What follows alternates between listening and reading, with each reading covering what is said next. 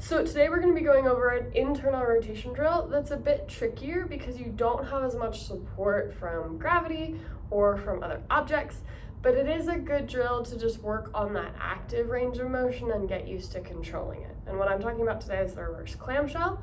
So we're going to use the same position of lying on our side as we do with the clamshell, but we're going to do a few different things to make sure that we're isolating our internal rotators a bit more.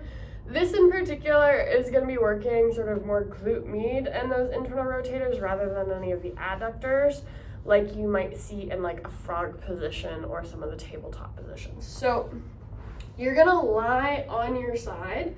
Unlike our typical clamshell where I get y'all up here, you can see I have a fairly small range of motion and you're going to get pretty pinchy at the top of the hip. I want your legs further away from you. They don't have to be all the way extended. You can have them slightly here, but you're going to find you have the most challenge internally rotating if your knees are up to 90 degrees. Once you're in a comfortable position, you're going to keep your knees together, you're going to squeeze your butt, and you're going to lift your ankle. And you should really feel a lot of activation here.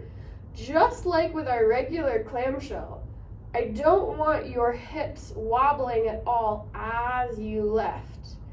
And the lower down you are in the more straight line, the more the back of your butt you're gonna get. The more forward, you're more likely to get some of this TFL right where that like front pocket often sits. So if you find you're getting a lot of front anterior hip activation with this one, just scoot your legs further into this more straight line position. And then hands on butt, squeeze butt, lift the ankle. And you can see I have way more motion down here than I do up here.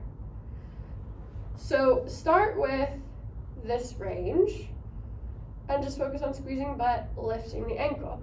You can use an ankle weight to make this harder, or if you're looking for an adventure, a harder version of this is internally rotate, maintain that internal rotation as you bring the hip up into hip flexion, trying to avoid that pinchy feeling in the front of the hip.